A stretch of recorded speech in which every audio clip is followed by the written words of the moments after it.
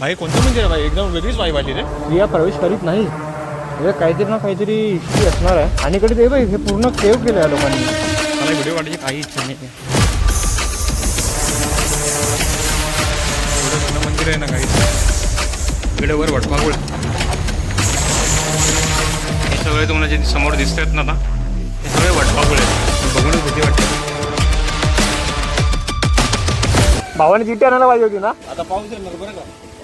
गपरे काय भाई पाऊस यायला लागला ना. मग लागले पाऊस नाही आला पाहिजे दादा.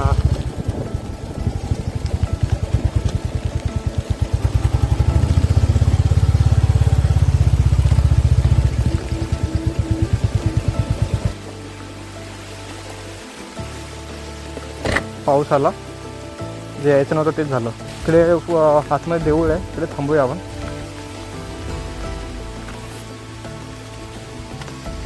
गणपतीचं आहे. गणपतीचं मंदिर आहे इकडे. हनुमानचं मंदिर आहे इकडे.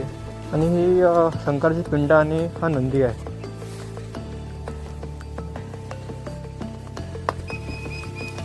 पाऊस जरा बंद झालाय पडायचा.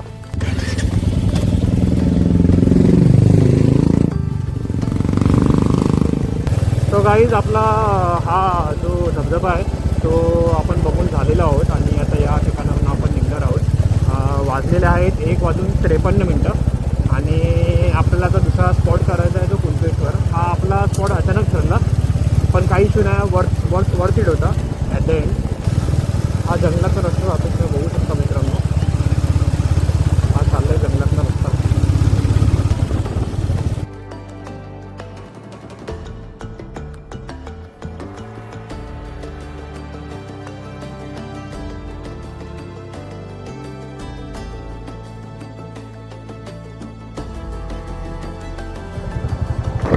काय थोडं फ्युएल अप केलं आता इकडे.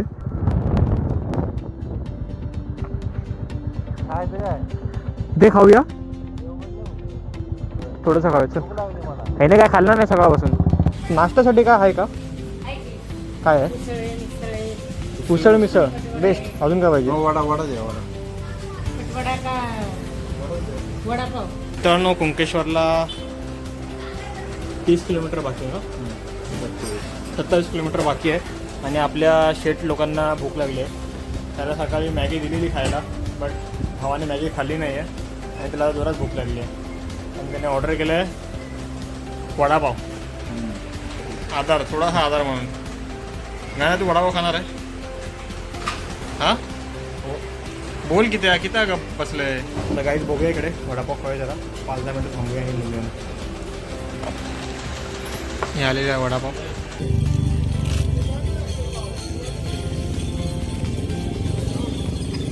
त्याला काहीच थोडा नाश्ता झालेला आहे आपला.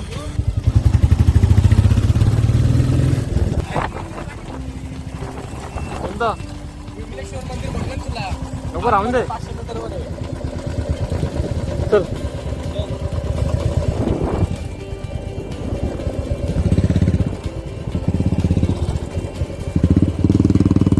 विमलेश्वर मंदिर आहे.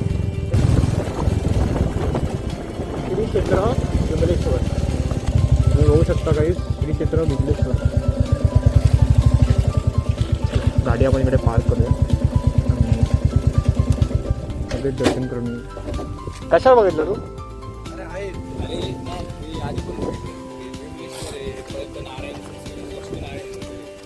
विमलेश्वर म्हणजे शंकरच आहे का? क्षेत्र विमलेश्वर. पायऱ्या तर एकदम भारी दिसतात आहे. आपला प्लॅन होता कुणकेश्वरचा. कुणकेश्वर सोडून आपण काय काय फिरतोय. मध्ये मनसेचा काय मनसेचा धबधबा गेला. आता विमलेश्वर. अनप्रेडिक्टेबल म्हणजे हे ॲक्च्युली तुझं काय म्हणते ते वाटत जाताना लागतात ना. हां तर ते आपण करून जाऊ. Okay okay bro. तर आपण एवढं लांब नका आलो कारण मंचेचा धबधबा बघायचा होता आपल्याला म्हणून हां एवढ्या लांब फिरून आलो. अच्छा हातपाय धुवून मंदिरात जाणे आणि पादत्राणीकडे काढायचे. पाय धुण्यासाठी खाली जायचं. स्त्रिया प्रवेश करीत नाही म्हणजे काहीतरी ना काहीतरी हिस्ट्री असणार आहे. आणि इकडे ते बघ हे पूर्ण केव केलं आहे लोकांनी. हातपाय धुवून घेऊया.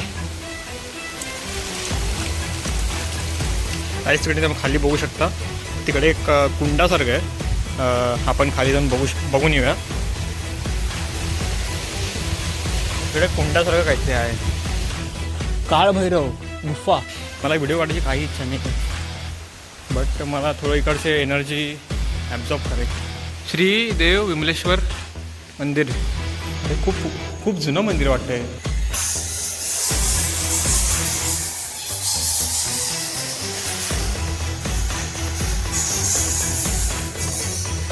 हर हर महादेव.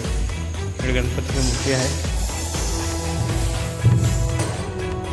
गाईस हे एवढं जुनं मंदिर आहे ना गाईस. इकडे वर वटवाघूळ.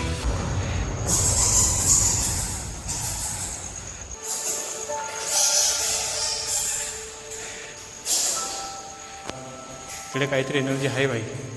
वीरभद्र हे म्हणजे हे जे अवतार आहे काय श्रीकृष्ण? मग अवतार आहे.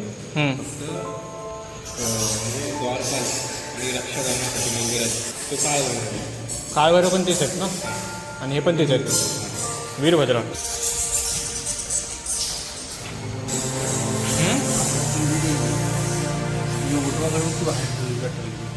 कुठे? ठीक आहे. नाहीच तुम्ही बघू शकता, हे सगळे तुम्हाला जे समोर दिसत आहेत ना, हे सगळे वटवाघूळ आहेत. डेंजर मंदिर आहे, डेंजर मंदिर आहे. मला थोडा वेगळं वाटलं जरा. वटवाघूळ बघून ना, इकडे समोर पुढे अजून काहीतरी आहे. आहे कोणतं मंदिर आहे भाई? एकदम वेगळीच वाईब आली रे. बघण्यासारखं खूप आहे रे, पण आपल्याला थोडा टाईम पण नसेल. इकडे अजून एक मंदिर आहे, हे मंदिर आहे जे तुम्ही बघताय. आणि ह्या इकडे अजून एक मंदिर आहे जे आहे कालभैरवांचा. इकडे गंपू आहे आणि इकडे आहे काळभैरव. बघूनच भीती वाटते.